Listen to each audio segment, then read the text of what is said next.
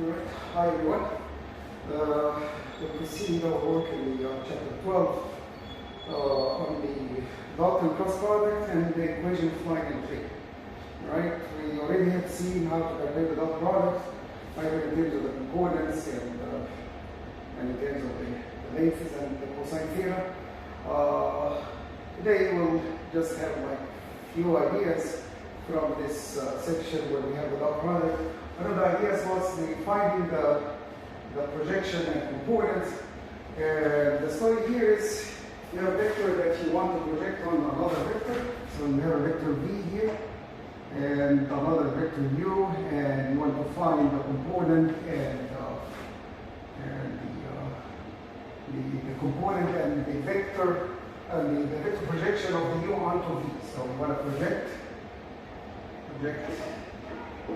u onto v. Well, how to define a component and projection? Well, component basically it's a sign. You vertically drop this point here along the v vector, and the sign distance from here to here, that's what we call the component. Again, it's not exactly a distance. The distance could be positive or negative depending if you are projecting along the v or the opposite direction of v.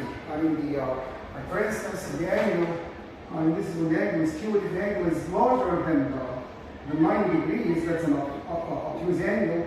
That's a setting when the v looking like that and the u looking like this. So in that case, the projection will be in the opposite side. And this will give you a negative component. You will have a positive component if the angle between them is smaller than 90 degrees, acute angle, and the component will be on the opposite side. That will be negative if it's in the other side. That's how you calculate the component. So component basically it's a sign distance, component of u and v, and that's the same as a component of u and v. Well, that's going to be positive here, while it's going to be negative in this case. Well, how do you calculate it? Basically, you calculate it by this formula. The component of the vector u and v is equal to the u dot v divided by the magnitude v. Well, where is that coming from? It's coming from the cosine theta. If you try to find the cosine theta would be basically this side divided by that side. Again, on integration, the cosine theta here, it's basically the component part divided by the length of the u vector. And if you solve for the component here, your component will be solve the component. You're going to end up having the component equal, component u and v equal magnitude u cosine theta. And you could see right away that the component will be positive. When the cosine theta is positive, the component will be negative when the cosine theta is negative. Eventually, you'll be able to write it down in dot product, because don't forget that the cosine theta here it's a u dot v divided by magnitude u magnitude v. Right? The cosine theta, that's going to be replaced by that. And of course, the magnitude of x. Now, eventually, this will give you this formula. Again, component is a scalar quantity that will be positive or negative, depending on whether the angle is acute or obtuse. That's one thing. If you try to give a direction sense to the component, again, let's go here and try to get a vector right away for the component. Imagine this is your u vector, and that's a v vector. I'm sorry, and that's a u vector here. Right? You project this onto the vx, the v vector. What is this little vector from here to here going to be like? That's exactly what I call the projection of the u onto the v. So that's what we call the projection of the u onto the v. So again, it's a vector in the direction of v, where that's coming from when you drop the vector along the v-axis. Well, how do they calculate it? Well, basically, since it's a vector in the direction of v, it will be parallel to v. It's a constant times v, and eventually the formula would be called to define the projection of u onto v. It's basically the length of this vector, which is the component that we got a minute ago, component that we got in the book, times the unit vector of V. That's basically how we calculate that projection. Eventually, it will be like this: the U dot V divided by magnitude V, and the unit vector of V is basically V divided by magnitude V. Right? That's eventually will be the U dot V divided by V squared magnitude in the direction of the vector. Again, projection is always a vector in the direction of V, and that's why we got some scalar here, some scalar times the vector V. And that's the unit of projection. Let's take a look at one of the exercises here.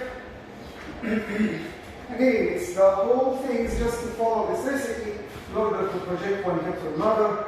Like here, we calculate the component of B on A, say dot B divided by magnitude A. When you try to get a projection, again, follow the same recipe in order to, or something similar to in order to get the projection. All right.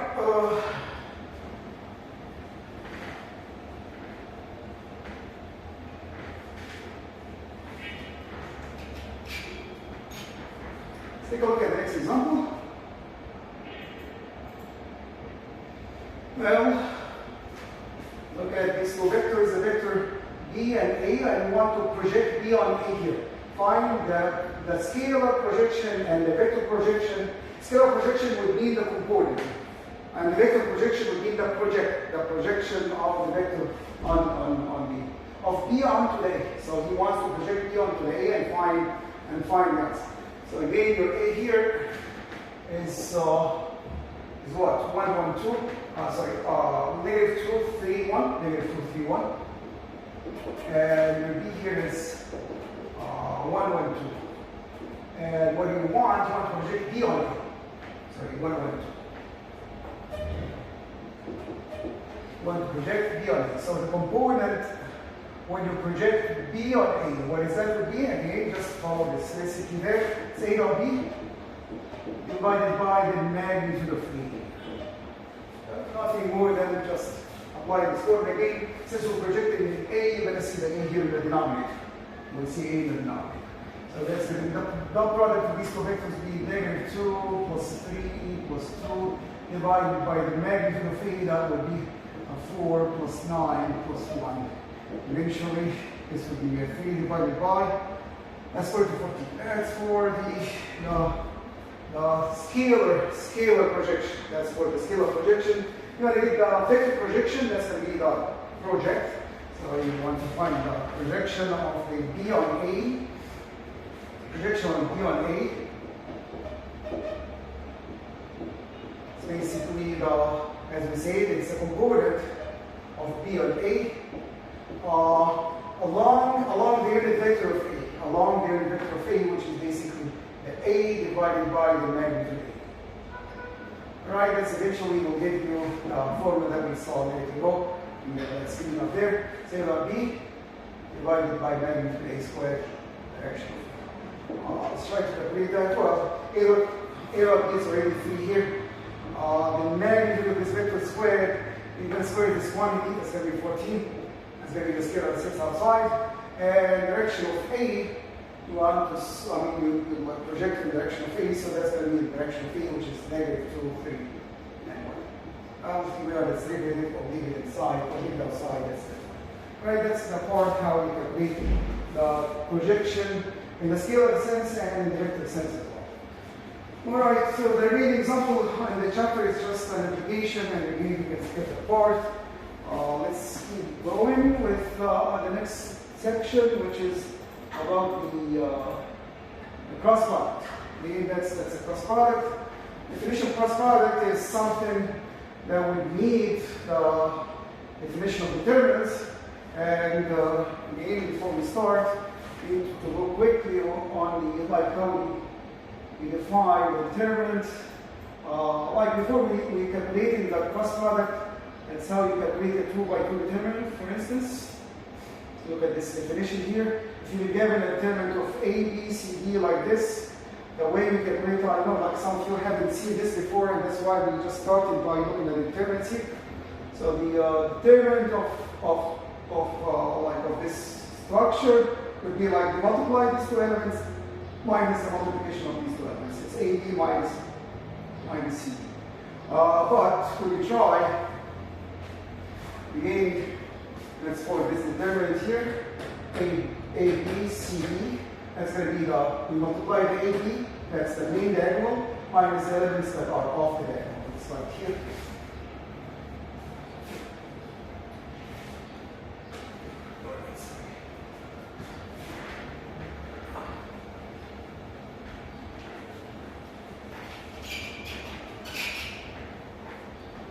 Alright, for a 2 by 2 determinant, it looks like that. A, B, C, D. The determinant is that AB, multiply these together, minus these together, minus C. An example could take any like 4 numbers, minus 1, minus 2, minus 3, minus 5, for instance. What is this determinant would be? Again, just multiply these together. 1 times minus 5. Minus multiply these together, that's going to be negative 2 times negative 3. Well, that's going to be negative 5, and it's going to be negative 6, that's negative 2. Again, determinant is just a real number, could be positive. That's how we calculate a 2 by 2 determinant. For a 3 by 3 determinant, you just follow the definition that is being again given in the textbook. That's right here. That's how they calculate it. Again, you try to take these elements in the first row and multiply every one by the complementary determinant, by the way. So just when you calculate, I mean, we go with the structure A, B, C, D, E, F, G, H, I. How they calculate this determinant? Try to expand using the first row. Of course, you can expand using any other row, but we'll focus only on the first row here. So you take the A element and multiply time a 2 by 2 determinant that comes when you delete the first row and the first column. When you delete the first row and the first column. Leftover determinant here would be an EF and HR. And that's a 2 by 2 determinant. And then you multiply the B times a negative sign. Well, that's the formula. I mean, the negative sign is just in the formula. And you multiply times, again, a complementary determinant that comes when you delete the row and the column where the B is. Delete the row and the column where the B is. That's going to leave you with the D and F and G and I. D and F and G and I. Alright, we have one more piece, which is when you try to multiply the C times its conjugate part, which is going to be, when you delete the row and the column where the C is, the leftover will be DE and GH. DE and GH. DE and GH. And after that, you're going to calculate every one of these 3 determinants. Again, a 3 by 3 determinant is just, it's being calculated in terms by 2 by 2 determinants. You can do that with any determinants of higher order. By the way, you're going to see that in too much details later on. But this is just a start, how to start calculating determinant of the size 2 by 2 and 3 by 3. Well, if you want an example here, let's say, have a determinant of the 1, 2, 3, minus 2, 0, 5, 1, minus 4, and let's say 7, for instance. So what is this would be? Well, you can put any signs, whatever. Like, I mean, there could be any bunch of numbers. It's linear, so this is a negative number and that's a negative number as well. You can put any numbers you want. Again, this is a 3 by 3 determinant. How do I calculate this determinant? Well, I'm going to start. I'm going to expand using the first row. And if I take the first element here, which is 1, I'm going to multiply it by 2 by 2 determinant. That would be delete the row where this 1 is. The row and the column where this 1 is. So the leftover 0, 5, negative 4, and 7. 0, 5, negative 4, and 7. Alright, then the next element, which is negative 2, multiply times an extra negative sign. That's where this formula says. That's what this formula says. It's multiply times negative sign. And then multiply times a 2 by 2 determinant, which is going to be the determinant that comes when you delete the row and the column where the negative 2 is. Negative 2 and 5 and 1 and 7. Negative 2 and 5 and 1 and 7. And that's, and then one more element. That will be negative 3 and 2 by 2 determinant. 2 by 2 determinant that is left over from this one. Negative 2, 0, 1, negative 4. Negative 2, 0, 1, negative 4. Negative 2, 0, 1, negative 4. Well, we test now. We just calculating all these three determinants and combine them all together to give you the number, and you just try to figure out what that number is. Will be eventually equal to 1, that's a 0, negative 20, that's a negative positive 20 for the first piece, and plus 2 times negative 14, negative 5, negative 14, negative 5, that's a negative 19, all right? So again, negative 14 minus a 5, that's negative 19. And the last one would be a negative 3 times negative 2 times negative 4, that's an 8. That's an 8. Right? And that's eventually, again, you have a calculator and you can find all these. 20 minus 38 minus 34, whatever the answer is. In determinant, the determinant will be again just a number. It comes from these bunch of numbers. What's just so far? Again, this definition for the determinants is very essential. It's very essential in order to define the cross product. Well, that's how we define a cross product here, by the way. This nasty definition, by the way. Well, how comes we remember this definition of the cross product? That's what we're going to go over. You just find it from the determinant structure. So suppose you've been given two vectors u and v, where u is, let's say, the a1, b1, c1, and the v vector is a2, b2, c2. The cross product is u cross v, which is basically, normally we calculate it from this determinant, which is an a1, b1, c1, a2, b2, c2. How do you calculate this determinant?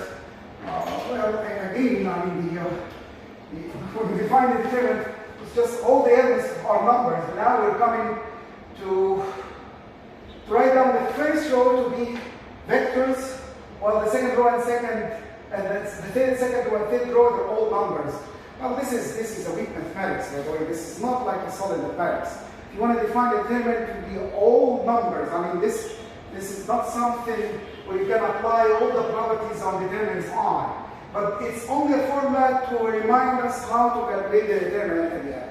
We only need this structure to calculate the determinant at the end. We're not going to use it beyond that. So, like for instance, what is that the cross product would be? Well, we'll give you like a vector of 3 components. The first component is the component of I. That would be the lead, the row, and the column. You would have the b1c2 minus the b2c1. That's the first component. Second component would be the minus the j, where we multiply the leftover determinant a1c2 minus a2c1.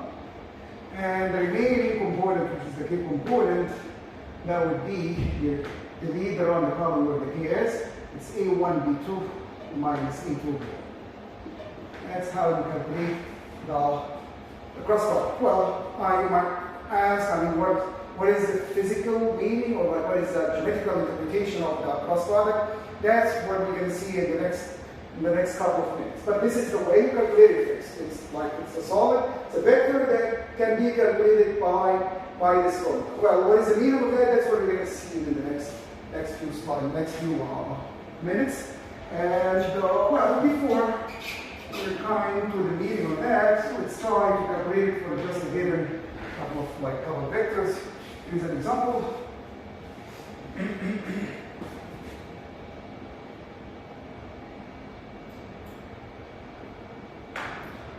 trying to use this a little bit. 45. Given these two vectors here, A and B, we multiply. Given these two vectors, A and B, 1, 3, 4, 2, 7, negative 5. How do you calculate the cross product? Well, the cross product, you put I, J, K, the top row, and then you put the next row, the A row, and then the B vector after that. You bring all the three components that will come from there. I component, again, the 3 times negative 5, 7 minus 4, that's the first component. This component, well, no, the rest of the definition. Eventually, you end up having this vector. Well, a cross product is always a vector. Cross product is always a vector. Right? It is calculated through this determinant. One of the very important properties for that, when you multiply a vector cross itself, you're always going to end up having a zero vector there. Well, why that's so? Simply put that in the determinant and try to see what you get out of this.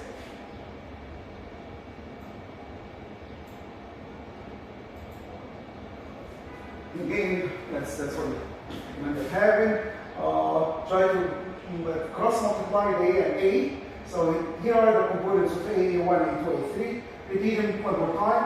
Well, when you multiply, let's take a look at the component of 5 for instance. Component of 5 would be A2, A3 minus A2, A3. That's a 0. A2, A3 minus A2, A3. That's a 0. Same would repeat for the J and K components as well. J and K component here, the J component would be, well, they're going to sign first. That's the one that sits outside. The A1, A3, the A1, A3 as well. Difference between the 0 and the same for the 4. So again, a vector cross itself is always a 0. A vector cross itself is always a 0. That's one thing.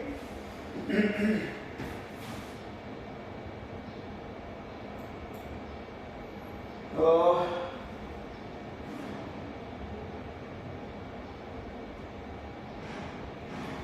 that's one of the results that will give you a glimpse how the cross product is looking like. Again, it states that the cross product is a new vector that is perpendicular to both A and B, by the way. The cross product of A and B. Again, let's imagine A is looking like, let's get this out.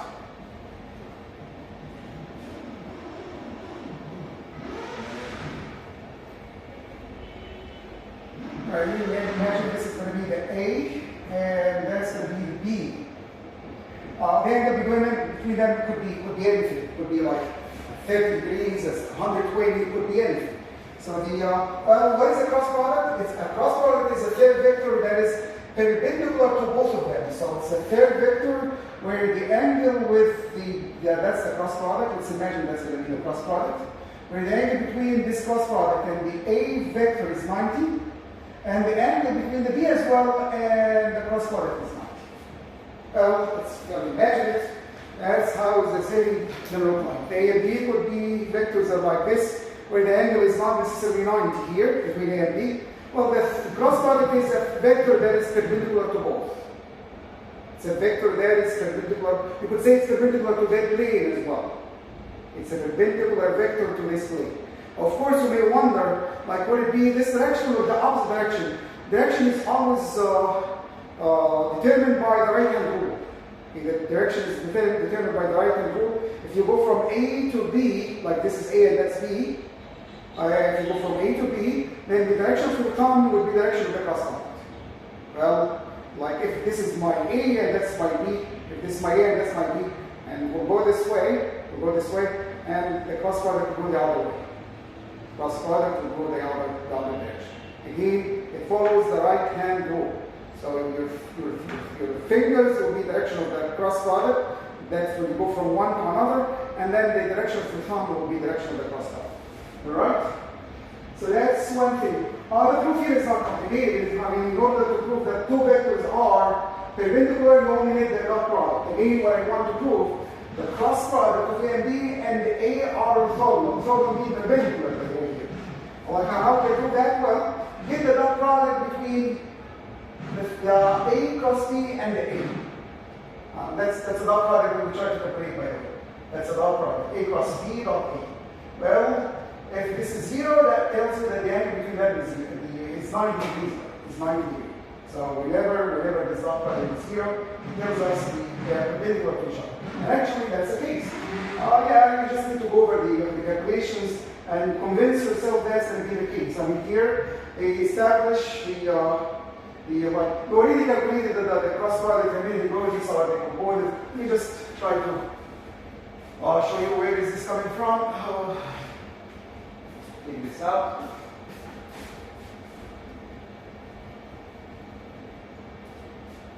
Imagine I'm trying to calculate the triple product of A cross B, and then this is dot A, for instance. Well, where A and B are just given, you're going to put in anything you want, and you just call it A1, B1, C1. It's a bit different, I think, from what we have here, but eventually we end up having the same answer. B equal B1, A2, B2, C2. Well, what is that?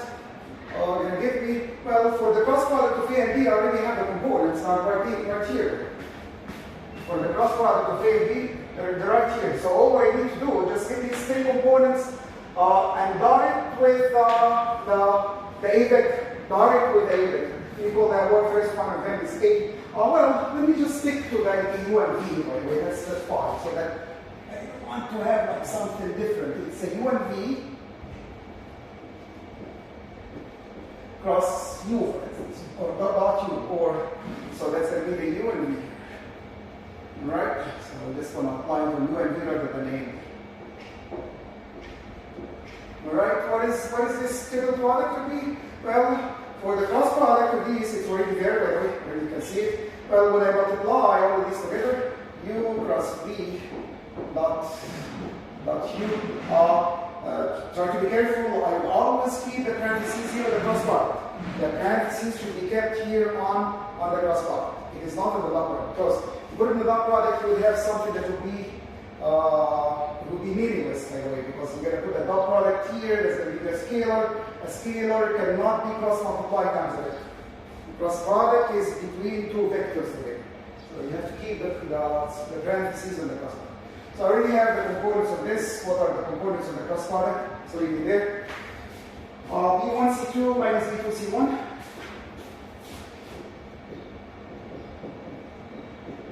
Second component. Save the negative sign inside, by the way. Minus A1 C2 minus A2 C1. And the third component would be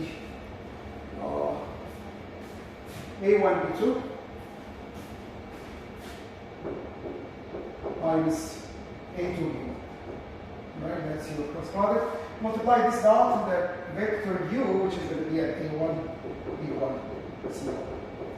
What is that going to give you? Just remember the dot product. The first component times first, second times second. A1 times B1 C2 minus, it's quite boring.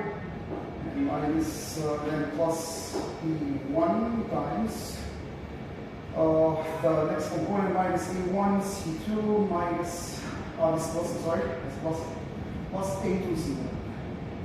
And then the last component that will be C1 times that, which is the A1 B2 minus A2. Well, try to convince yourself like how this would cancel and give you a 0 at the end. Let me just show you like some other cancellations here. Look at this term here. It's A1 B1 C2. A1 B1 C2. Where do we have it? To be the same with the opposite negative sign. It is here. It is right here. Right? So this element will distribute the A1n and the B1n. This element will cancel this. Right? You will have the argument, the same argument with the rest of the terms. A1, B2, C1. A1, B2, C1. It's right here. A1, B2, C1. That's where these two terms would cancel each other. And of course, the remaining term would cancel it all. It is A1, A2, C1. A1, I'm sorry. Do I have B somewhere? Just try. So have, no, again, the main term is this and that. So I'm having a problem? No, everything. The same. B1, A2, C1. B1, A2, C1. This and that.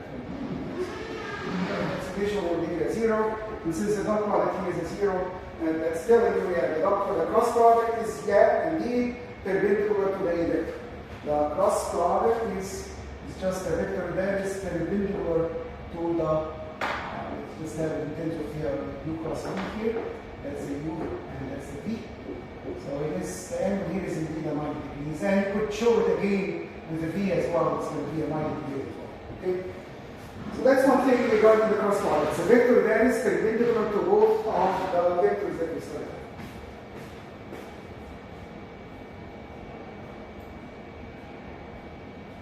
Right, again, that's the right hand rule. You can see it right here. That's the right hand rule. Well, the next theorem is a theorem that allows you to calculate the cross product or the magnitude of the cross product actually in a different way. If you have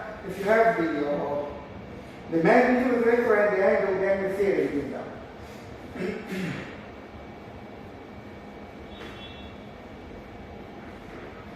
I prefer actually to leave this formula, so I might need it later. Actually, to leave this formula again, you just leave it this way. You cross them here. So let's leave it. Alright. Again, this formula says if you cross multiply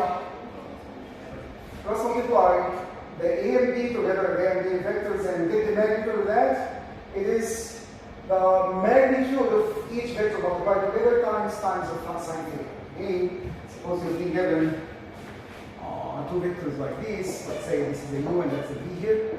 And where the angle between them theta is given, then the cross multiplication of the U cross V could be calculated in terms of the sine theta. Well, if you want to keep that, if you don't want to put the absolute the magnitude sign here, you might write it down this way. It's the magnitude U, the magnitude V, the sine theta, times a unit vector N. This formula is not going to be true because what we have here is a vector, while what we have there it's a scale. So these are not equal. If you want to make it equal, you should add multiply times a unit vector N, where N vector here is a vector that is perpendicular or normal, by the way, and perpendicular or normal to the plane of U and V. So N here is a unit vector that is normal or perpendicular, it's the same meaning, normal to the plane of U and V. Or perpendicular to both, you could say this way, the plane of U and V. Well, which direction? Again, according to the right-hand rule, by the way. Again, it is exactly one direction, not the other way. So it is according to the right-hand, the one that we just mentioned, according to the right-hand rule. Alright, that's what we have for the cross product. Of course, if you take the magnitude of both sides here, the magnitude of n will just disappear. So you eventually going to end up having the U cross V equal the magnitude U and magnitude V, the sine theta. So that's when you take the magnitude of both sides, and this will disappear.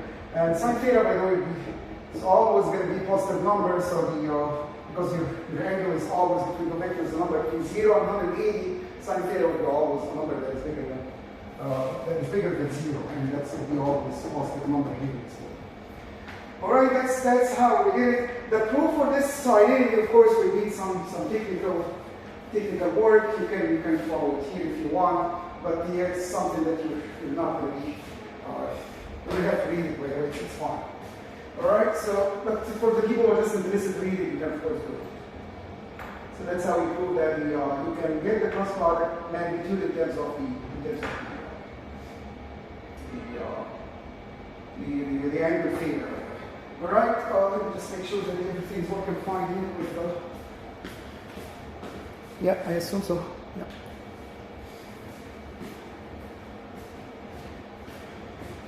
Alright, so let's keep going. Let's keep going here. Let's slowly open this up.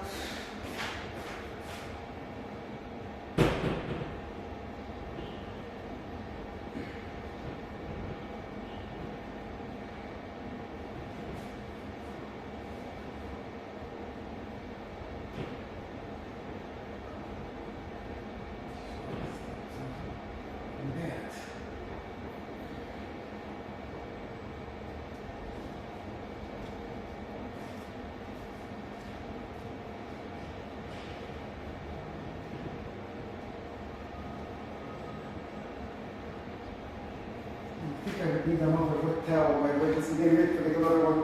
Just begin it to get another one. Get another wet towel. Alright?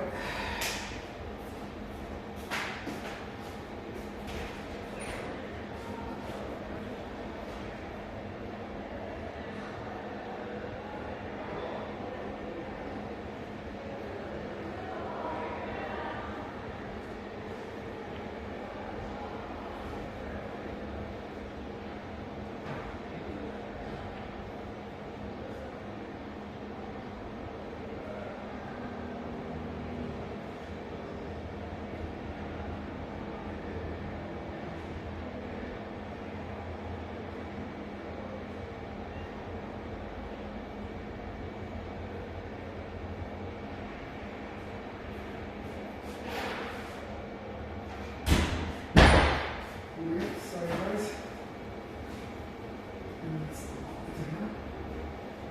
Okay. Let's look at the next part. Alright, the next part says if you check if two vectors are parallel or not, you can simply get the cross product. Cross product of vectors that are parallel will be always zero. Well, it's not the best actually answer that you can, or the criteria that you can characterize their vector with. Simply vectors that are parallel, one of them equal a constant, for example. That's the easiest way to check if vectors are parallel. Again, the vector A and B are parallel. If simply one of them equal a constant times times. That's how they are parallel. Of course, you can apply discipline. They're also parallel if the cross product is zero. They have the same direction if the cross product is zero. Yeah, this makes sense. The parallel vector will have an angle that is either 0 or 180 way. The angle between the two vectors will be either 0 or 180. And then in both cases, sine both of these angles will be 0. Sine 0, 180 will be 0. And in that case, that's going to give you a cross product equal to 0. And that's why the parallel vectors will have a zero angle between, cross product 0 between them. So that's one thing. And the next part, the length of a cross product, A plus B is equal to the area of the program determined by them. Yeah, that's a very interesting property.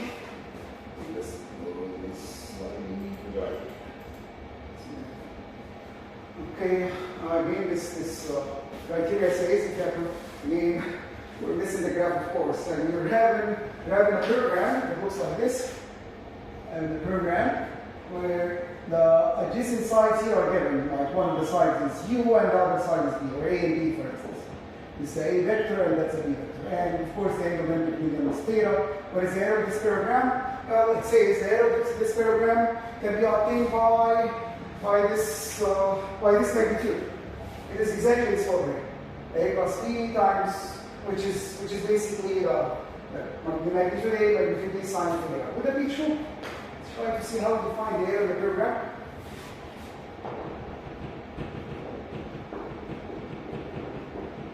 Parallelogram. It's equal to the, well, if you remember, this is from probably high school or middle school. It is the length of the base times the height. Let me call the height here is h, for instance. What you have, it's basically the base times the height for the paragram times height. And that's basically the magnitude of A times h. That's the formula. Well, where is the sine is coming to play? Well, don't forget that the sine theta here is an h divided by magnitude b. The opposite divided by the hypotenuse. That's the h. And since that's the case, you can solve this for h. Your h would be the magnitude b sine theta. Alright, take the h out, replace it with that quantity out there. It's magnitude a and magnitude b sine theta.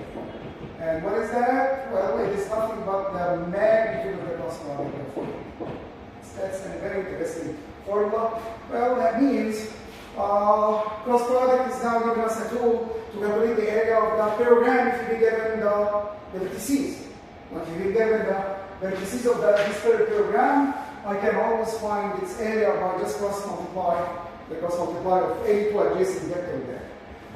Can also give you the area of that triangle, by the way. Like what triangles? Well, suppose you split it here by two triangles. The area of this triangle would be half the area of the parallelogram, like either this or that, and that's eventually, so if you want the area of the triangle, of any one of these triangle, you may want to have it separately here. Suppose you have a triangle where one of the sides A and the other side is B. Well, what is the area of this triangle? It is basically equal half the magnitude of the A plus B. It's because it is half the area of the parallelogram, of course. It's because it's half the area of the parallelogram. And again, that's a tool that will allow you to calculate the area of the triangle. All right, let's see what is the next part.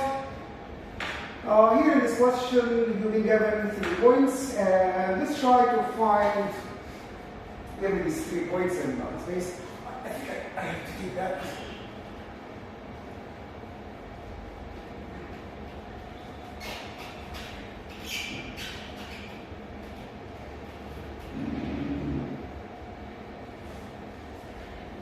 All right, so given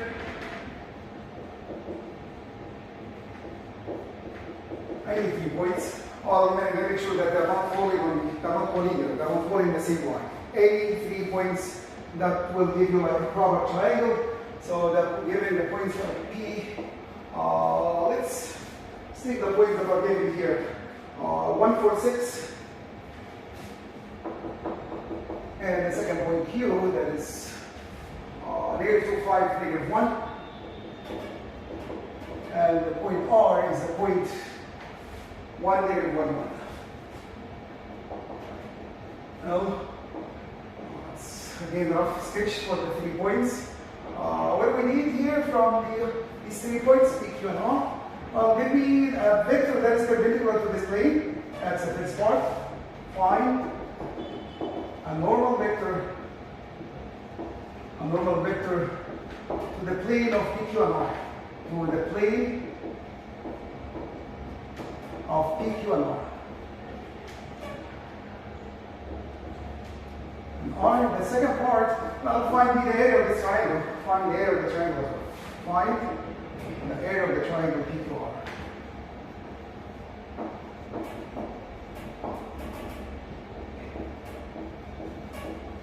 Well, how do we do that? Well, again, the answer is just follow the couple of results that we had before. In order to get a vector that is perpendicular to the plane, we need a cross product. We need a cross product of 2 vectors that are falling in this plane. So for part A here solution, I need a cross product for 2 vectors that are falling in this plane. So I'm going to complete 2 vectors in this plane, like PQ and PR. Somebody else could choose something different. You could choose RP and RQ. This could be a valid choice as well. Yeah, I think I have a couple more choices, by the way. Just one more choice left. You could start with Q if you want. So I'm going to complete PQ and PR. With this in mind, again, if you want to complete it, it's going to always going to be the head minus the tail. Head minus the tail, what is that? Would be Q minus P, or is Q minus P? Q minus P would be -2 minus -1, that's -3. 5, -4, that's 1. -1, -6, that's -7. Alright, that's one of them. How about the other one? The same formula, the PR. 1, -1, that's a 0. -1, -4, that's -5. 1, -6, that's -5 as well. We don't check that's correct every time. 1 minus 1 is 0, -1, -4, that's -5, 1 minus 6, that's -5 as well. Alright? I hope these are exactly the numbers that are given here. Next part, you just need to cross multiply this. Just cross multiply this. Cross multiply. So PQ cross PR. Answer will be the normal vector that you want to calculate. It's not going to be a identity vector, of course. It's going to be the normal vector. It's going to be the answer for part A. IJK. -3, 1, -7, and after that 0, -5, -5. Well, for the people who did not study much about the properties of determinant, there is a property of determinant that if you can find a common factor in a row, you can pull it outside, just to make the calculation easy, by the way. You can pull this constant outside. I can see that I have negative 5 in the second row as a common factor. The over would be an I, J, K, and then the negative 3, 1, negative 7, and then 0, 1, 1. What is that going to give me eventually?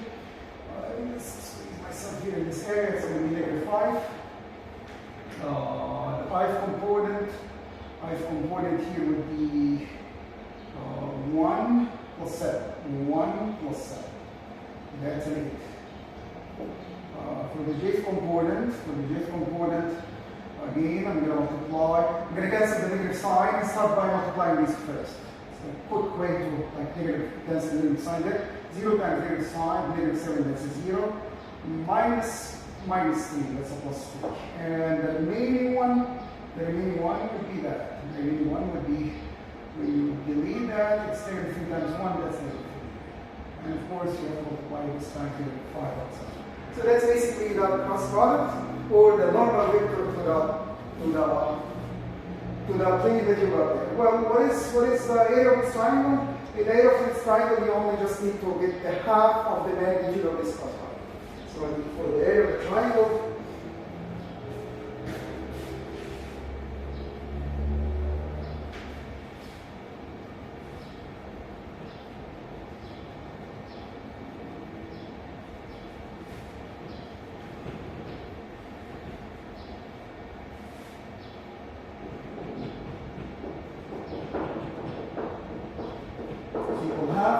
magnitude of PQ plus Q. Now we need to get the magnitude of the vector that we got there. So the magnitude of the vector that was the vector bit is 5 outside, 8, 3, negative 3.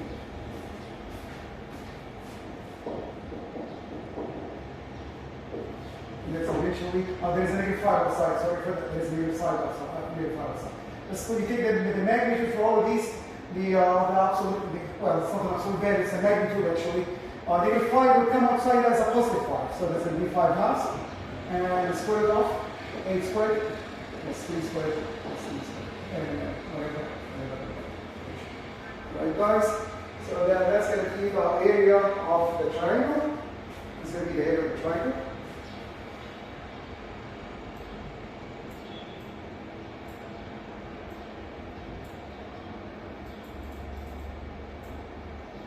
Again, these are little examples. I guess as an example here. That's how you multiply the cross product, or get the cross product of any one of the unit vectors that we studied earlier. Again, any time when I multiply I plus I or I plus J or whatever, you're going to follow the following rule. An I plus I, for instance, what is an I plus I? It's a vector cross itself. As we say, that's going to be a zero vector. Well, because they are parallel. But if I want to multiply I plus j or I plus k, what does that would be? Well, in order to do that, of course you can use the determinant definition, but there's a quick way to get the answer. Just follow this recipe. The I, the j, the k here, and you follow the rotation. So if I multiply I times j, that's going to give me the k. But if I multiply j times I, it will give me negative the k, because I'm going in the reverse direction of the circle here. The reverse direction of the circle. So again, when you go with the direction, that's going to give you the next one. But when you go against the direction of the circle, it will just give you a negative sign. So I plus j will be a k, right? I plus j will be a k, according to the setting that we have here. How about I plus k? I plus k is going against the circulation here, it will be negative j. You can do that with the rest of them. Multiply a to a value like, let's say that the j and k, for instance, k cross j, for instance. Where is k cross j? K cross j goes this way, so that's going to be negative. So that's a way you can calculate the cross product of the unit vectors. All right.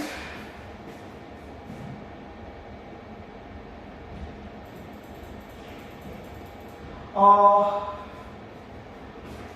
have a trivial product of A, B, C. Well, cross product, by the way, cross product is not too much nice because I mean, like one of the things we missed so far, cross product is not commutative. A cross B and B cross A are not equal. One will equal one, the negative value. So again, when you multiply A and B, A cross B is not the same as B cross A. One will equal minus R. It's called anti-commutative. It's called anti-commutative. Well, again, I mean, this is the simplest property like that is not valid. And of course, like if you look at this property like that, when you get the associative law, this is the associative law when you move the parentheses from here to here. It's only the so-called associative property. It's not valid. It is not valid to the cross product. It's not valid, even though every side will give you a vector. Every side will give you a vector, but they're not going to be equal. Well, here are the properties that can be applied on the cross product. Well, simply, if you have a constant C multiplied times the cross product of A and B, you can multiply it in a way like you can multiply the A cross B first and then multiply it as a constant. You can associate the C with the A or associate the C with the B. So that's eventually going to give you the same result. Distribution law is valid. That's the next property. Distribution law is valid. You have A cross B plus C. And you can distribute that along the B and C. Same here, when you distribute from the left side, you can distribute the C from the left side.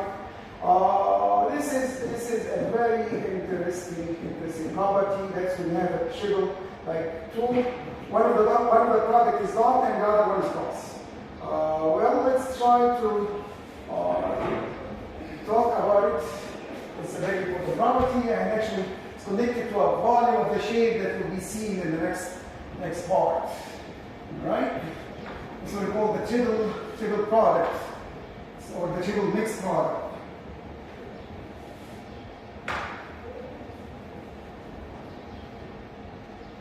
Well, it says if you have A dot B plus C, you would always need to put the cross product on the cross product, and then you want to compare it with the same order A, B, C, but I'm going to swap the operations. I'm going to put the cross here and the dot here, and of course my parentheses will be always in the cross product. These are always equal. These will be always equal. Well, why this is going to be the case? Of course, you have to expand every side and make sure that's going to give you the same quantity. Like for instance, try to expand this side. For instance, A dot B plus C, for instance. How to expand it? Well, you have to write it down in full. Like for instance, you're going to assume that A equal A1, A2, A3. Same with the B. Same with the C. Same with the C. And then go over the calculation until you just finish it. You're going to end up having, after all the calculations, you're going to end up having this triple product is always obtained from this determinant. A1, A2, A3, B1, B2, B3, and C1, C2, C3. Alright? You end up having this determinant. For the other side as well, if you try to expand it, it will be the same. I mean, well, it will be exactly the same as the expansion of this determinant. Again, you guys could go home and try to expand both sides and make sure they match. They're exactly equal. They're exactly equal. And because of that, by the way, let's try to take an example that is connected to this property here. So let's take an example. Imagine you have three vectors where A dot B plus C, let's take one of them, equal to negative 6, for instance. Well, let's try to find any triple product with any order. Let's try to put like a B dot C cross A, for instance. What would that be? Just put any order you want with any order of the operation as well. Let's try something different. The A in the middle and the cross product here with or the dot product here with the B, and then cross the C here. Let me just put this. This is like a B, and this is cross the C. And we always have to keep the parentheses on the cross product, for instance. What is that going to be? I'm not sure if this is going to give me the same answer or not. Well, let's see what is that going to be. Well, according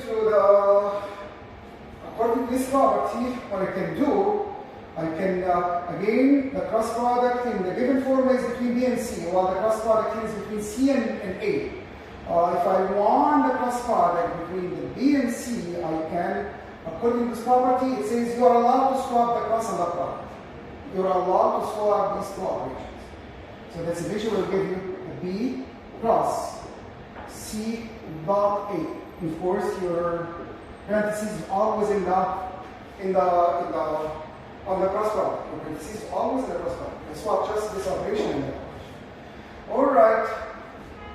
Is it the same as the one on the top? I believe so. B cross C is the same as this one. I got it with A. Well, the order here, either multiply dot A from this side or that side, it's the same. That's equal to negative 6. That's the same one and the one on the top. It's equal to negative 6. How about this one? C times A dot B. Well, let me see. How is that going to be? It is, I can again swap because I need to, what do I need? I need B and C by going together. I need B and C together. How would I do it? Well, let me move the B over this side because I need the B and C together. So because dot product, you know that dot product is commutative. So the B dot C cross A, because the dot product is commutative. And now I can commute the two operations, the B cross C dot A. Just swap the two operations here. So that's BC. Well, is that the same as the one that we have on the top? I assume it is the same. One more time. This is going to bring this over here, and then combine the BCs together. That's going to be BC like that.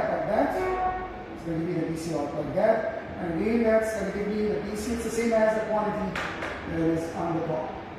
The same as the one. Well, they're not going to be all the same, of course. Like if we are, let me just give another one that will give you the negative of that. Give you the negative.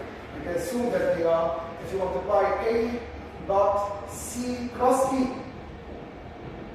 that's the one that will give you a 6, not negative 6. The same three vectors, except I swap these, and give you a negative 6. So you can put them in order. The answer will be either this number or the opposite of that number. So this is the way to calculate any triple product with the three vectors, or the triple product will be positive or negative. And again, like if you given one of them, you can find all the rest of the 6 permutations. You can permute it in 6 different ways, and that's going to allow you to get like 3 of them positive and 3 of them negative. Alright, guys. The main property is quite interesting. One, we have the triple product. It doesn't say you can associate. It doesn't say the cross product is associated. It says if you get this cross product, you can calculate it in terms of like a scalar quantity times the B and another scalar quantity times the C. That's what it says. It's nothing more or less. Again, it gives you this triple product of the, again, we write it down here in terms of B and B. It's a formula that allows you to calculate the cross product of 3 vectors together with the parentheses gathered in one way, and the other way, of course, will be different. So let me write it down here with the U and V, for instance.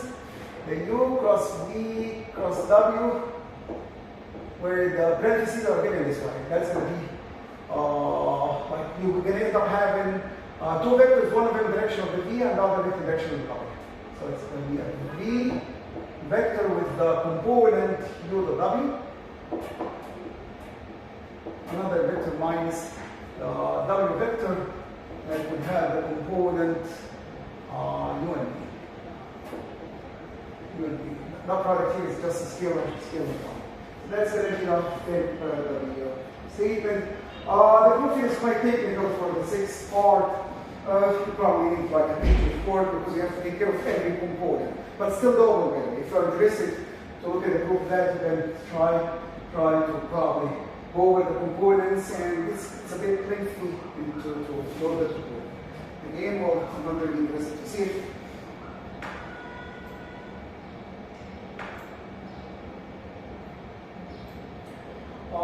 the remaining part of the section where you calculate well, how would we use, like where would we use this triple product that we mentioned a few minutes ago, this formula, where is it? This kind of triple product? Well, it's basically a volume of the shape that you would see here, by the way. It's called rectangle, well, it's a box. You may want to call that a box, or you may, it's called the parallel pipe, or parallel pivot. That's the name of the parallel part. That's what is the name is. That's the shape, the parallel part. Alright? Again, you may want to call it a box later on. The angles here are not necessarily 90s between the faces. The faces of the this whatever shape, the angle between the, you might think of the eraser, a sticker in a way. It's like an example of that, where the faces are parallel, but while the angle between them is not necessarily 90 degrees. So this formula here allows you to calculate the volume of the shape. The volume of the shape, just calculate this triple product that we calculated in terms of the determinant a minute ago. And get the absolute value of that. This is an absolute value because that's a scale. So this number could be a negative. When you take the absolute value, it will become just an absolutely positive answer. So that's how you calculate. Well, the field is just a line. Like this is how you calculate the volume of the shape. It is the area of the base times the height. It's the area of the base times the height. That's the area of the volume of the shape. And well, what is the area of the base here? What is the area of the base? The area of the base is a program with CMB vectors. CMB vector, that's the area of the base, that's at A. And the height here, which is the, whatever you're going to call it, H, it is basically when you project A across or along the cross product. It's basically you project A across the cross product of the BNC. So that's basically the height. It is the A cosine theta, that's the projection of A along the cross product. Well, and eventually that's the dot product of all of them. It's a vector, and you put another vector cosine, the angle between the cross product and A is eventually the triple product that we got there. Again, you have absolute value in the cosine, that's eventually the big one. You have to have absolute value in the cosine. Alright? Look at the next example. It asks you to find the volume of one of these boxes. Like you have a box that has three vectors that are given n. What is the volume of that box? Like if these are like three adjacent vectors, imagine that you're having these three vectors that are looking in space like that. And then, like how do you get this box? Well, you join these together, like you join or create a program here, create another program that is parallel to the space, moving while it's parallel to itself to this location. And that's eventually will give you something that's the shape that you got up there, by the way. So any three vectors will just determine this three-dimensional shape. What is volume? What is the volume that on this shape, the box that has three vectors? Well, simply calculate the determinant here.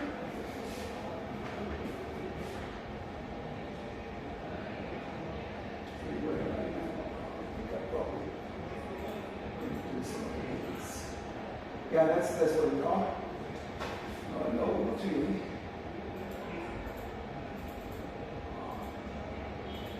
Yeah, that's it. That's it here. Again, we given the three vectors. Let's go this line if you like. Let's see this vector. Again, what we need to do, just put all these three vectors in the determinant like this. That's the first vector. 1, 4, 3, 7. Second vector, third vector, calculate this determinant. Calculate this determinant the way we had before. Eventually the answer is 0. Well, volume equal to 0 here. And what does it mean? It's like it's a three-dimensional shape is crushed like in one plane, by the way. The three vectors are falling in one plane. And this is what we call the coplanar vector, by the way. Because the volume here is equal to 0. The volume here is equal to 0. The three vectors A and B, and see they're called coplanar vector. Alright, that's going to be the end of the section, the cross product. And the next part will be the equation of the line and plane. Alright?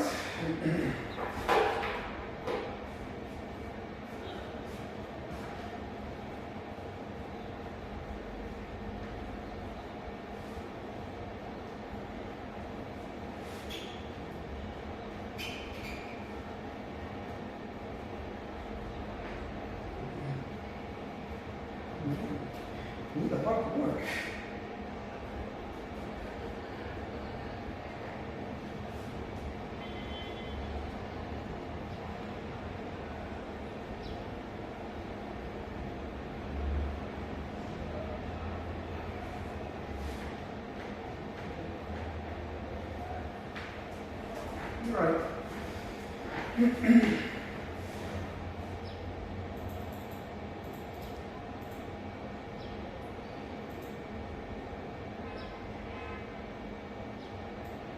There are plenty of basic questions that were at the end of the session. Please spend some little time here on some of these exercises. I know you have like enough of them by the way in the worksheets, but if you have time, you may want to look at some of them. Look at some of these exercises. Okay, let's review the next section, how to find the equation of plane and line in space. We're going to start with a line. Well, remember the equation of line in 2 dimensions used to be like something very simple. The 2-dimensional line equation, my equation. Like I mean, 2D version was like the ax plus by plus c equals 0 or equals c, whatever. That's an equation of line in 2D. In 3D, it's not going to be that anymore. It's not going to be that anymore. It's actually going to be more than equivalent to an equation. Let's try to figure that out. A line equation in 3D. How would you derive it? How do you derive the line equation? Well, in order to identify a line in space, we need a point on the line and a direction. Direction means a vector value. So anytime you want to talk about a unique line in space, you have to tell me a point on the line that will, we'll just give you like a family of line that will go through one point. If you want to fix one of them, you may want to fix the direction as well. You'll have to fix the direction where this line is already. So again, in order to fix a line in space or identify a line in space, you have to get a point on the line and a vector that is parallel to that line. That's a way you can identify a line in space. And well, how is that going to help us? Well, the way we can calculate or find the equation of line, we choose another point that moves on the line, we call it Q, and that's in terms of x and y and z. X and y and z would be variable, by the way. We want to move this point, slide it along the line, while the x and y and z would move. And this is going to be a fixed point, that's going to be a fixed vector. And all of these objects, while this is allowed to move. Well, what we have here, the v is parallel to pq. That's what we have, and eventually this would allow us, what is v here? We will write it down this way as well. The pq, like this would allow to write down the pq as a constant times the v, the pq would be the constant times it. Well, if you try to write this down in some details, what is pq? Pq would be the x minus x0, the y minus y0, the z minus z0 equal to the constant we're going to use here. It's not actually going to be a constant. We go to the parameter, it's a t, and times a v vector, where the v vector here is an a and b and c. So that's going to be a t times a and c. That's exactly the equation of line in the vector form. That's the equation of line in the vector form. You may write it this way. The x and y and z equal. Move the x0, y0, and z0 to the other side, plus the t times the v vector, which is an ABC. Again, if you look at this equation, it's an equation of line in the vector form. It's not actually an equation. It is, if you try to write it down in details, you have to look at the components. The first component here, and that's actually one of the forms of the equation of line. Like the first component is x equal x0 plus at. Y equal y0 plus bt, c equal c0 plus c. So the equation of line is not one single equation, it's actually more, it's 3 equations together, and this one is called the parametric form of the equation of line, and the one on the top here is called the vector form of the equation of line. This is the vector form, and that's the parametric form.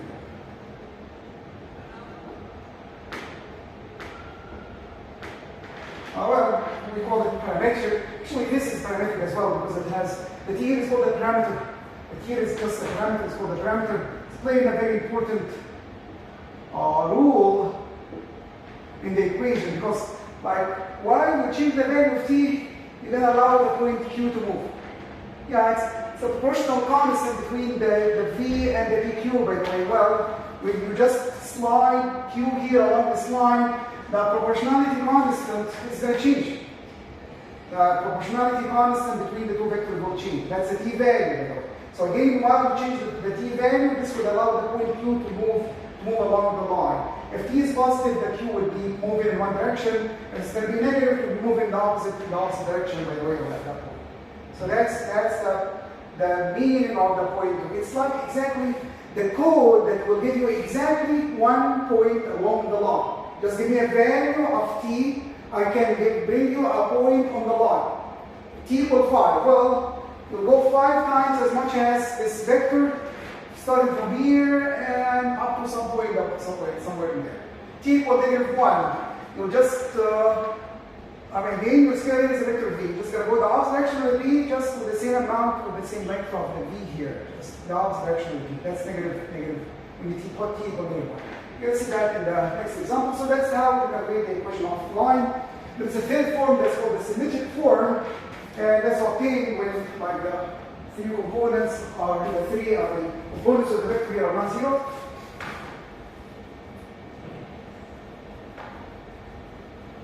It's not really anymore. What's happening here?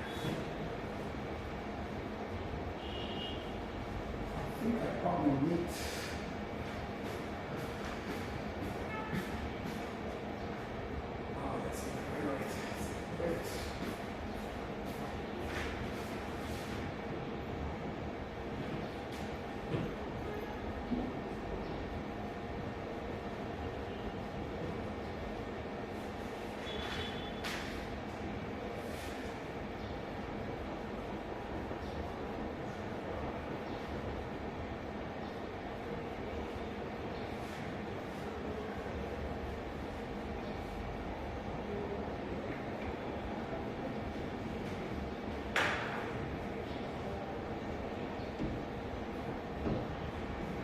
Alright, for the remaining form, if you try to solve all the 3 equations here for the t, so try to get the t on one side and everything else on the other side, you end up having the following equation: t equals x minus x0 divided by a, of course, you assume that a is not 0, t equals y minus y0 divided by b, t equals z minus z0 divided by c. Well, since they're all equal, as we get third form of the equation, which is an x minus x0 divided by a equal to y minus y0 over b, z minus z0 equals c. So that's called the symmetric form of the equation of line. When you find symmetric form. Alright? And of course, like none of these constants should be 0 either. None of these constants should be 0. A and b and C are non-zeros. Alright? In case that one of them is 0, well, you're not going to be able to define this.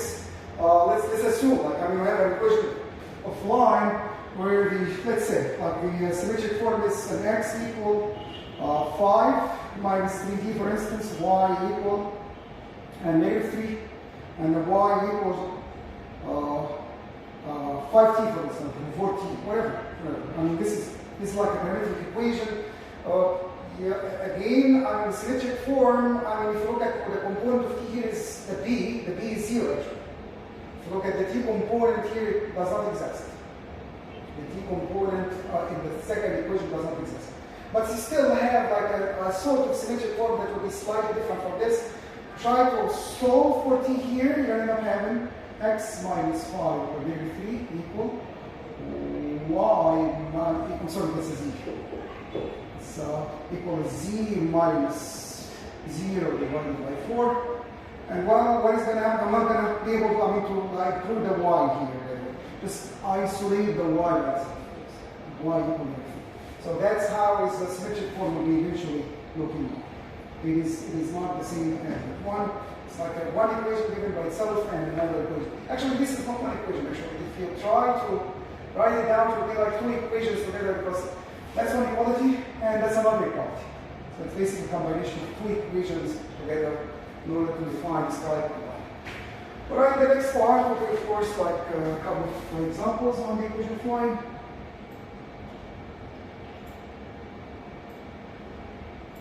Give me an equation of y that is parallel to this vector, 1, 4, negative 2, and it contains the point 5, 1, and 3. Contains the point 5, 1, and 3. You also need to find 2 points on the line. It asks you to find 2 points on the line. Well, again, the formula is quite easy. Just apply. He didn't, did he say find the equation of y? He said in the parametric equation. Parametric equation means 1 is for that. What is the parametric equation of this line? Let's get it.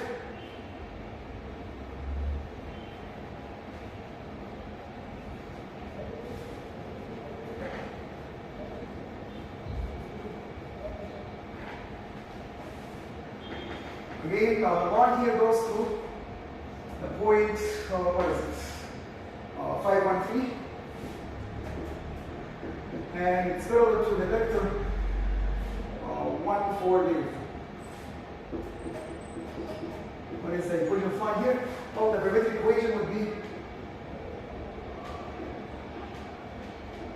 is x equal x0 plus at, y equal y0 plus at, z equals z0 plus c.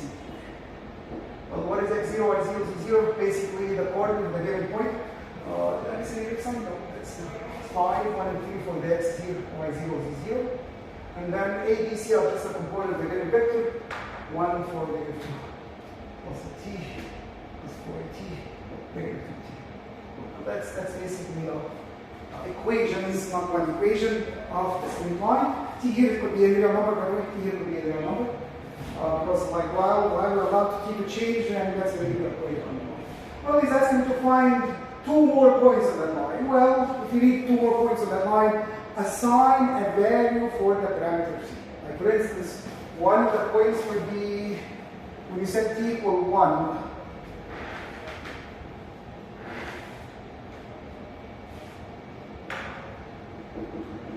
What point would you get? X, y, z would be equal, when I set t equal 1, that's going to be 5 plus 1, 1 plus 4, and 3 minus 2. How much is that? 6, 5, and 1. That's 1 point. That's the point that falls on that line there. That's the point that falls on that line. Well, you can choose another point by setting the t equal any other number. 1 minus 5. A 0, of course, is not going to give you a point. A 0 will just give you the point 5, 1, and 3. So I'm not sure if it's 0 because it's not going to give you a point here. So if you need another point, I can choose, for instance, t equal minus 3 or minus 2 or whatever. So for instance, when t equals minus 2, again, I'm free to put any number for the t there. X and y and z would be 5 plus 2. 5 minus 1, sorry. 5 minus 2. 1 minus 8. And then 3 plus 4. Right? And then whatever it will be, it's a 3, 7, and 7. And it's another point that falls on the line. That's the way you can get the like 2 points on the line. Actually, you can ask with like many other questions. You could probably ask, what is the intersection with the xy plane, the floor, the xy plane? What is the intersection with the xy plane of this line? Well, the xy plane is a plane where z equals 0. Like, I mean, let's try to answer this question. If I need like the intersection with the xy plane, the intersection with the xy plane. Oh, you get it? It's basically you set z equals 0. Set z equals 0. Well, when you set t equals 0, you'll be able to find the parameter value, t by the way. So you put it here, 0 equal 3 minus 2t, solve for t, and the t will be just 3 halves. And once you have the t as know that you can always find the point. So that's maybe the point. What point would we get from here? What point? 5 plus 3 halves, 5 plus 1 half. That's 6 and a half, 15 halves. And you can find next. 1 plus 4 times 1 and a half. That's 4 times 1 and a half. That's 6, I believe. Yes, that's 6. And that's 6 times plus 1. That's a 7. And you can do that for the rest of the work. You put the 3 and a half here. 3 halves, 2 we cancel, so 3 minus 3. So 3 halves, so 3 Alright, that's the way you can get the intersection with the C plane. And again, the line is extended in all directions, so it might, if it's not parallel to one of these planes, it might hit them, and you can find the equation, maybe the point where it is.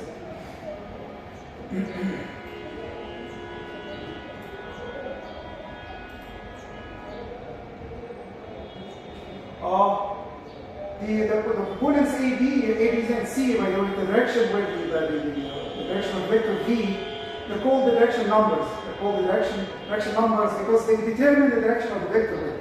They determine the direction of the vectors. And again, if none of them is 0, you can find out the symmetric form of the equation.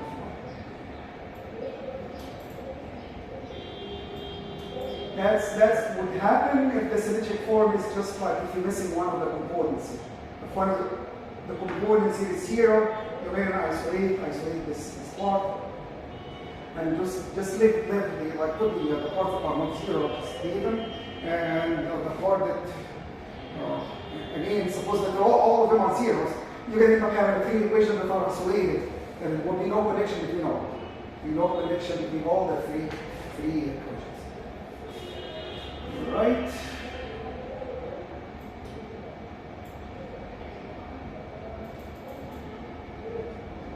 And the equation of the line that passes through the 2 points.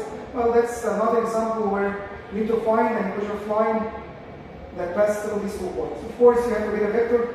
That's the V vector, by the way. It's AB. It's a vector AB, by the way. It's 3 minus 2. B. One equation of line that will go through these 2 points, A and B. You have to get the vector, by the way, because anytime you need an equation of line, you need a vector and a point. So what is the vector AB here? We need the head minus it here. Head minus it here. And that's eventually will be, what is it? So 3 minus 2 is 1. Negative 1, negative 4, that's negative 5. 1, negative 3, that's a 4. So that's going to be your V vector. And once you have the V vector, that's your V vector that you use. And of course, an equation of line, what form? It's asking for the symmetric form. Symmetric form would be, it's just up here, right here. X minus x 0 divided by 8. A is right here. Y minus y 0. Which point you choose? By the way, you're free to choose any point here. You're free to choose either the A or B. Well, nobody will take the A, but again, if you choose out of it. So it's x minus x0 divided by the A, according to the vector V. Right? Y minus y0 divided by az minus z0, and that's the symmetry. It asks for the point of intersection of the xy plane, set z equals 0 here. Set the part z equals 0. And let's try to find from the symmetric equation, let's try to find the point where it hits the xy plane. From this equation right here, we need to find the point of intersection with the xy plane. So that's what we're going to take care of next. The section of the xy plane. On the xy plane, you have the z equals 0, right? So we set z equals 0 here. This equation would be 3/4 at the end. So we can have an x minus 2 divided by 1 equal a y minus 4 divided by negative 5 equal z would be 0, this will be 3/4. Well, this is good enough to find the x and y. This would be good enough to find the x and y. So let me just, if I want to find the x minus 2, or just the x equal 3/4 plus 2. What is this? It's 4. And then that quotient, y equal 3/4 times negative 5 plus 4. And whatever, you can just add this up a little bit later. And that's going to be for the 3 points. That's the x coordinate, the y coordinate is going to be here. And the z coordinate is 0. The z coordinate is 0. So when you try to get the point, z coordinate is 0. Your x coordinate is 11 and 4. And whatever you get from here and for the y coordinate.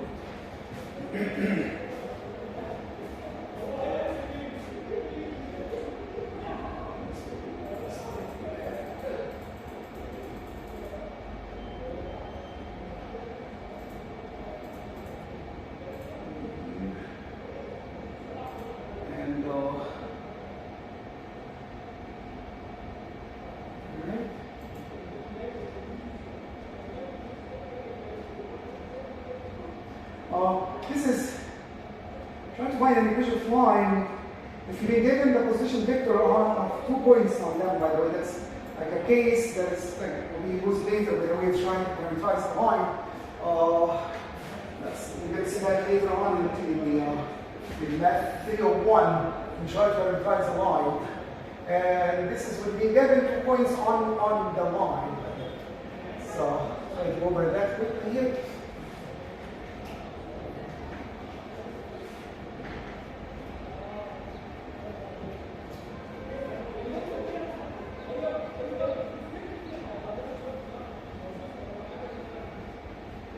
Alright, again, you have a vector, you have a line, sorry, that looks like that. That's the line you have.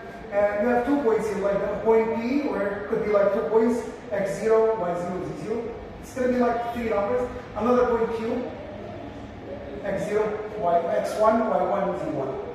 These will be numbers, by the way. 1, 5, 7, and 3, 0, whatever. Well, in 3 dimensions, probably. And I consider that, by the way. We're going to join this with the vector. A vector that starts at the origin to the first point P, and we're going to call that an R0. Right? It's called a position vector. It's called a position vector, and do the same for the other point. And that's what we call an R1. All right? We didn't calculate the equation yet. We didn't calculate the equation.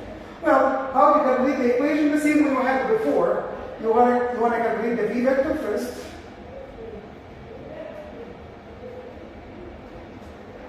In order to find the equation of line here, you want to find the equation, the v vector. So for the equation of line,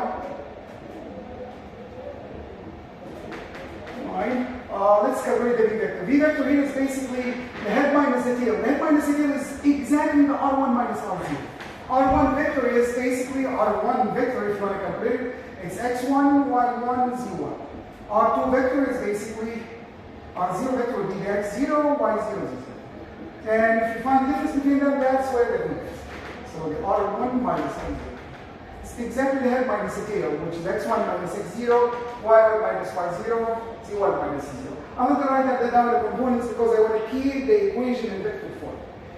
And if this is my v, what is the equation of my line eventually? Again, if I need my equation of line in vector form, equation of line in vector form would be if you remember it was x, y, z, or r, by the way. I mean, we have to choose a point anywhere in here, any point, a point that moves anywhere in there. We just choose a point that is located here, for instance.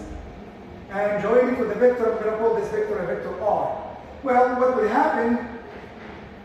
The r minus r0, that's going to be this vector, it's parallel to the vector, the r1 minus r0, that's going to be this vector.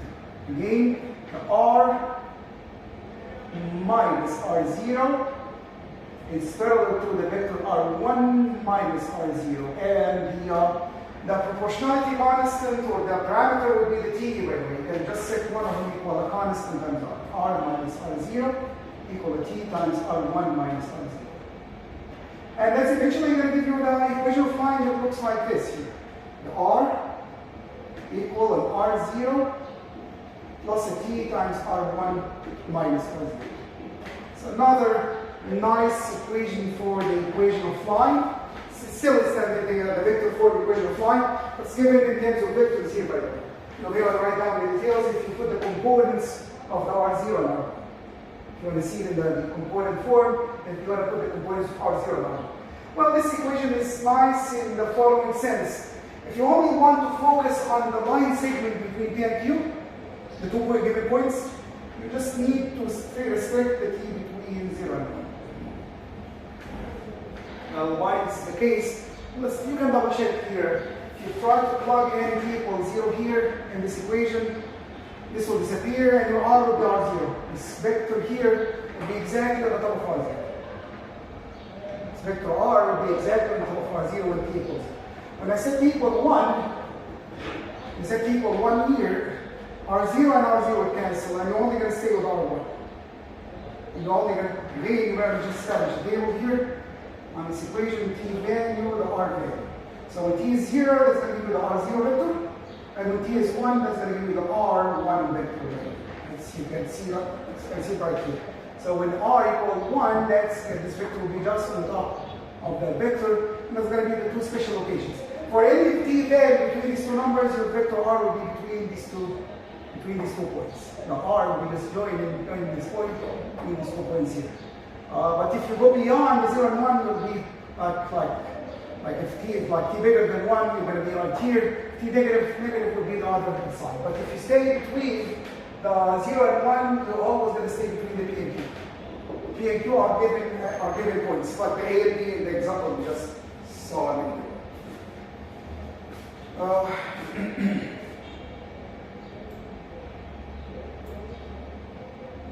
This is a very interesting question.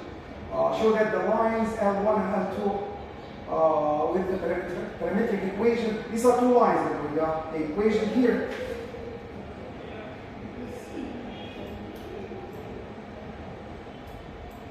If you look at this equation, each 3 equation will give you a line. This one line, and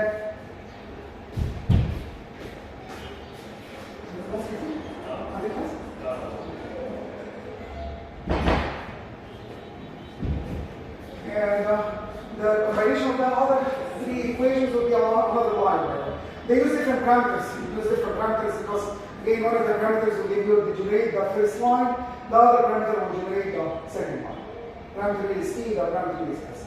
Well, he's asking, show that the 2 lines here are skewed. Skew lines mean that they are not parallel and are not intersecting. These are called skew lines. They are not going to be parallel, they are not going to be intersecting. So parallel lines are not skewed. Parallel lines are not skewed. Intersecting lines are not skewed. So in order to have 2 skew lines, they should be far apart and they should not be parallel. They should not be parallel. So that's what they try to prove. Are these 2 lines skew? Well, skew lines, you should go over 2 criteria. Are they parallel or not? Well, for the first line, the vector that is parallel to the first line is 1, 3, and -1. The vector that is parallel to the second line is 2, 1, and 4. These are the vectors that are parallel to the 2 lines. Are these parallel? Of course, if you look at the ratios, a half, 3 over 1, -1 over 4. None of them are equal, by the way. None of them are. Because these are not equal, they're not parallel. I mean, in order for the lines to be parallel, all the 3 ratios should be equal, by the way. All the 3 ratios should be equal. So these are not parallel, not parallel. Do they intersect? Well, in order to get the point intersection, x equal x, y equal y, z equal z. You get these 3 equations, by the way. You get these 3 equations that are, in essence, 3 equations in 2 unknowns. These are 3 equations in 2 unknowns, and those are t and s. Most of the time, this kind of system would be non-intersecting. There will be no solution, most of the time. Well, I mean, there are special cases where if the lines are chosen very carefully, they might intersect. They might cut each other. But in general, if you just come up with 2 lines from the top of your mind and try to see if they're intersect or not, the 3 equation will not have a solution in general, unless you are probably one of the lucky cases. So again, we want to see if this equation has a solution or not. You might want to solve 2 equations together. Solve 2 equations together. We call it, like again, if the system has solution, call it consistent. If it has no solution, call it inconsistent. Well, would there be a solution for them? Let's try to find the s and t from the first equation and make sure it satisfies or it doesn't satisfy the other equation. Let me see if it's satisfied or not. If I solve for the first equation for t equal to s minus 1. If I solve the second equation, if I try to find, replace everything in the second equation by 2s minus 1. It's -2, 3, -2, sorry. Second equation will be plus the 3 times 2s minus 1, and then equal the 3 plus s. Well, what is the value of s that would come from here? Alright, -2 plus 6s minus 3 equal 3 plus s. Alright, combine the s together, so you're going to have 5s equal. This is S, by the way, it's very similar to 5. Sorry for that. That's 6S minus an S, that's 5S. And then move all the numbers together. 3 plus 3, that's 6. Plus 2, that's 8. So your S is just 8. So you take this and plug it right here to get the value of t. T would be 2 times 5, 8/5 minus the 1. That's going to give you the value of t, of course. And eventually got the value of t equal this, and the value of t equal 11 over 5, and the s equal 8 over 5. Does it satisfy the remaining equation? It will not. I guess it will not. So again, double check. Well, it might. It might. Again, if the two lines are intersecting, it will satisfy the remaining equation. But in the case when they are far apart, it will not satisfy the third equation. So you double check on the third equation, it's satisfied by these two numbers. Like one of the answers is 11/5, and the other one is 8/5, by the way. So like t here is 11/5, and s equal 8/5. So you want to double check on the third equation. 4 minus t is that equal to -3 plus 4s. That's what you want to check over. 4 minus the t is 11 over 5. Is it equal to -3 plus 4 times s? What is my s? It's 8. I'm going to double check here. What is this? 5. Sheet mass pressure. Sheet mass pressure. That's 9. Is it equal to, well, it's going to be 5 here. Approximately, I would be 13. و5% 3% 15. That's going to be, what is it? نقدر الماس 15 وهي الناتج 7. ده wrong. This is not. This is wrong. That means there is no intersection. Again, a system that is inconsistent. Solution for the first two equation does not satisfy the third equation. That's inconsistent system, then the line are far. They are not intersecting. The two lines are not intersecting. And the two conditions are valid here. They are not parallel, they are not intersecting, then they are skew lines. They are skew lines. Alright guys?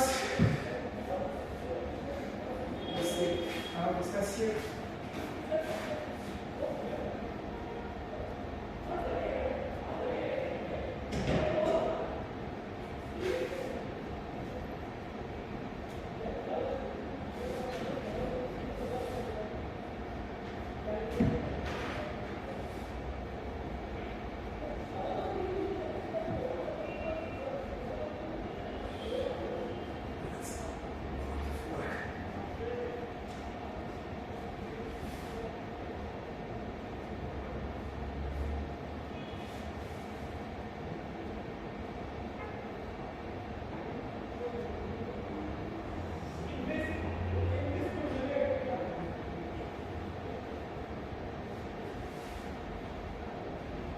Alright, the next section is how to get the equation of plane. How is the equation of plane going to look like? 3D.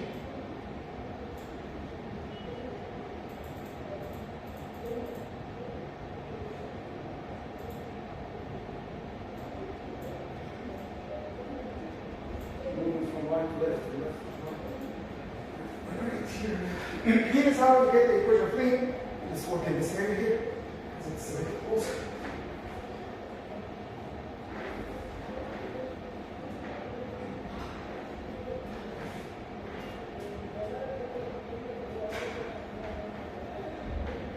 Again, I'll be cleaning this terrible board. I don't know. You guys, still I like the chalk because it's easy to deal with. I'm sorry. I like the chalk.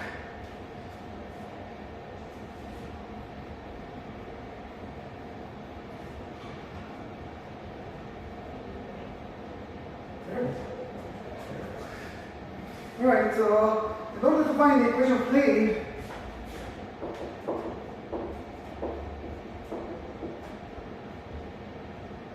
a plane in space, by the way, we just double check on the things are working fine here. Yes, it's working fine. To identify a plane in space, you need two things. Like if you've been given a plane like this, like in order to identify a single or a unique plane in space, you need a point on the plane and a vector that is perpendicular to the plane. And a vector that is perpendicular, a normal vector, that's what we call a normal vector. So again, like, there is another way to identify a plane. You can also identify 3 points that are not collinear. Any 3 points that are not falling in one line will identify a point on the plane. Now, well, it turned out that the first criteria is a bit easier, and that's the one that we can rely on to get the equation of plane. Again, in order to identify a plane, you're just gonna be given a normal vector. Let's call it V equal ABC. You can call it N as well. You can call it N, that's fine. You can call it N. And you'll be given a point P on the X on the plane, right? X0, Y0, Z0. All of these will be numbers. Like ABC will be 5, 1, -3, whatever. The ABC and the X0, Y0 will be numbers. So this will be it. Well, how do you find the equation of plane? Well, again, anytime you want to find an equation of any surface, you choose a point that moves freely, like a point Q, for instance, and call it X, Y, Z. Choose a point that moves freely on that surface and allow it to move along the plane. So Q here will be moving while the P and the normal vector are just fixed. All right. What is the relation between PQ and N? Well, they're going to be perpendicular. I mean, that's going to be the PQ. While you put the Q anywhere, that's going to be a vector in that plane. N could be right here, by the way. Since it's perpendicular at the plane, you could move it while it's parallel to itself until it's become on the top of the PQ. And this is going to make an angle 90. This is going to make an angle 90 there. So, well, what is going to happen here? The PQ would be always perpendicular to the N. The PQ would be always perpendicular to the N. Well, what is PQ here? PQ would be the X minus X0, the Y minus Y0, and the Z minus Z0. The N here would be just the A, B, C. Well, when are the two vectors perpendicular? Whenever the dot product is 0. Whenever the dot product is 0. So eventually, guys, I'm going to give you A times X minus X0, this is B times Y minus Y0, this is C times Z minus Z0 equals 0, and that's going to be eventually the equation of the plane. Of course, we have X and Y and Z as variables, but everything else will be just numbers. Everything else will be just numbers. That's the equation of plane. That's the equation of plane. Right? You can also write it down in the vector form, but that's something that is not quite famous there in the course. You might not see it anywhere else in the course, or even in the upcoming courses that would need this textbook. You may write down this one in the vector form as the PQ dot the N equals 0. That's the vector form of the equation of the plane. It's not something we're going to use too often. All right?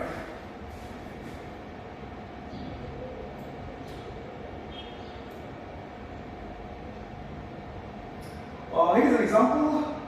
You have a plane that goes through this point, 2, 4, negative 1, with a normal vector 2, 3, 4. 2, 3, 4.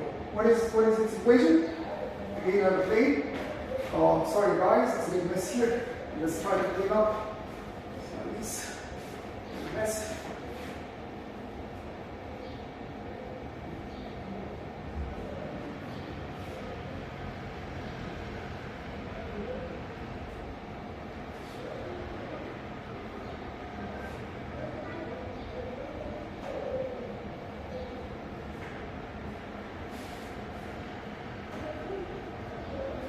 Right, you have a plane that goes to the point 2, 4, negative 1, and it's perpendicular to the vector N, 3, 4. Perpendicular normal, by the way, because it's a D, by the way. So how would you get the equation? Well, again, the equation that we mentioned right here. A, B, C would be the components of the vector 2, 3, 4. But please don't mix them up. Do not mix them up. That's something will be dangerous. The A, B, C should be the components of the vector X0, Y0, Y0 will be just a given component. So that's going to be the A, B, C here, 2, 3, and 4, 2, 3, 4. Well, x0, y0, z0, adjust the concordance of the components. Well, we need to distribute n to x minus 4, 3y minus 12 for z plus 4, blah, blah, blah. Simplify the equation. You may want to keep the constant on one side and move over. That's going to be the equation of the plane. That's going to be the equation of the plane. Well, find that with the section point of this plane with the finding the intercepts, where does this plane hit the x and y and z axes? Like, where does it hit the three axes? Well, if you look at this point, if you need the points where it hits the x-axis, you have to hide those two terms. It means you got to put in 0. On the x-axis, y and z are both 0. They're both zeros, and solve the equation for x. Your x will be 6. Your x will be 6. And that's you're probably going to see it right here. On the graph of this triangle right here. Can you see this triangle?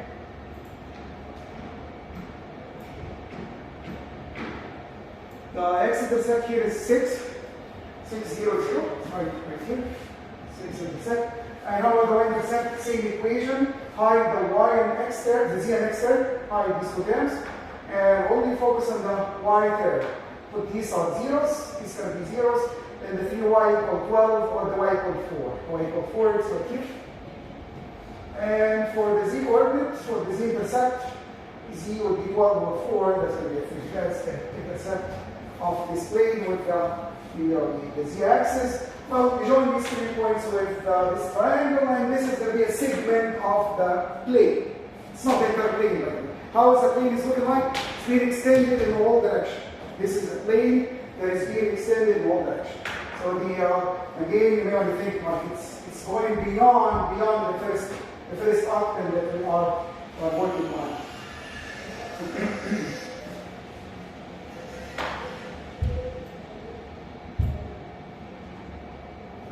In general, an equation plane, as we mentioned, is basically the look like ax plus by plus cz equal plus d equals 0. That's the general equation of a plane. Now, you may remove the constant to the other side. That's a way you can feel like any equation of a plane would just look like this. Ax plus by plus cz plus d equals 0. Again, if you go like an equation like 3x, 3d, we're talking about 3d here. 3x plus 4y equals 6. What is this? It's an equation plane. It's not a line anymore. It used to be an equation of line in 2D, by the way. 2D, 3x plus 4y equals 6, it's a line. But here it is not a line anymore. That's an equation of plane. This is a plane by the way 3D. Well, I don't see a z, but nevertheless, even though z is not there, I mean, this is an equation where it can be like a 3x plus 4y plus a 0z equals 6 as well. So the ABC here are just this constant. ABC, direction of the vector that is perpendicular to the plane, the normal vector will be a 3, a 4, a 0. The equation doesn't have a z, but still it's not a line. It's an equation of plane, 3 dimensions, even though it doesn't have a z. You could just have one of the variables actually in the equation. You could just have the variable y equals 7. In 3D, what is this? It's a plane. That's an equation of plane. That's an equation of plane. It doesn't have the x and y, it doesn't have the x and z in it. It doesn't have the x and z, but still it's an equation of plane in 3D. Well, how comes?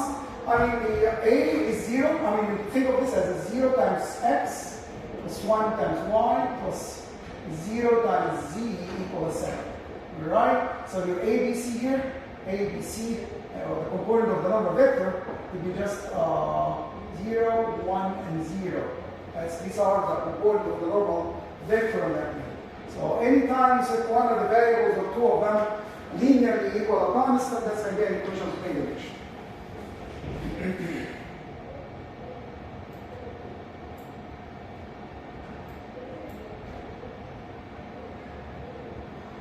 Here in this question, we gave you 3 points, and he asked you to find the equation of the plane. The point P, Q, R are given, and he wants the equation of the plane that will go through all of them. Well, the idea here is quite simple.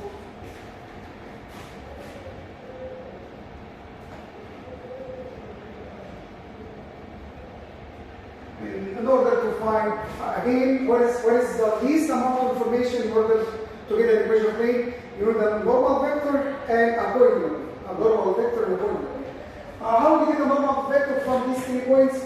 Well, get 2 vectors, join any 2 of them with like 3 of them with 2 vectors like PQ and PR, and get the cross product of these 2. That's going to give you the normal vector of this plane. So the first thing, you need the normal vector, which is basically coming as a product of PQ and PR. What is PQ here? PQ is basically the head minus the tail, 3 minus 1, 2, negative 1, negative 3, negative 4, and so on and so forth. The B here will be the QR, by the way, PR, and that's another vector. Cross multiply these, and that's going to give you the cross product of these 2 vectors. That's going to be the normal vector on that plane. That's going to be the normal vector. That will be the A and B and C, the A and B and C for the plane. So it's a 12, that's the A, x minus x0. What is my x0? Well, you're free to choose any one of the 3 points, by the way. You're free to choose any one of the 3 points. I'll choose the P, for instance. So it's the x minus 1, and then the D, which is 20, y minus 3, plus 14, that's C, the C minus Z0, which is equals 0. And of course, if you divide since you have a common factor of 2 here, divide the entire equation by 2, and simplify. Eventually, again, compare this equation. The next example is asking you to find where does a line, I mean, this is like a parametric equation of the line here, parametric equation of the line that given, x and y and z, there's a t. You want to find the intersection point between this line and this plane here. The intersection point between this line and the plane. And it turns out to be like an easy question. Just plug the x and y and z in this equation, give you that value of t here. Just again, on this wall here, replace the x. Where is the equation? Did I miss it? It's right here. Replace the x with the x coordinate. It's going to be the 2 plus 3t. The y with the y coordinate. And the z with the z coordinate is 5 plus t. That's going to give you an equation with t only. Solve the equation for t. Solve it. You got the value of t here equal -2. And that's going to give you the point where it is. That's going to give you, again, if you remember, once you determine the value of t, that means you determine a point. Well, of course, you have to get the point itself by plugging in the t equal -2 into the dimension equation of y. So you plug -2 here, 2 minus the 6, same thing for y, 4 times -2, and so for z as well. That's going to give you the point -4, 8, and 3. I guess this is a good point to stop at, and we'll proceed with the rest of the certainly this part by going later on next week, inshallah. Thank you guys for your time. Thank you.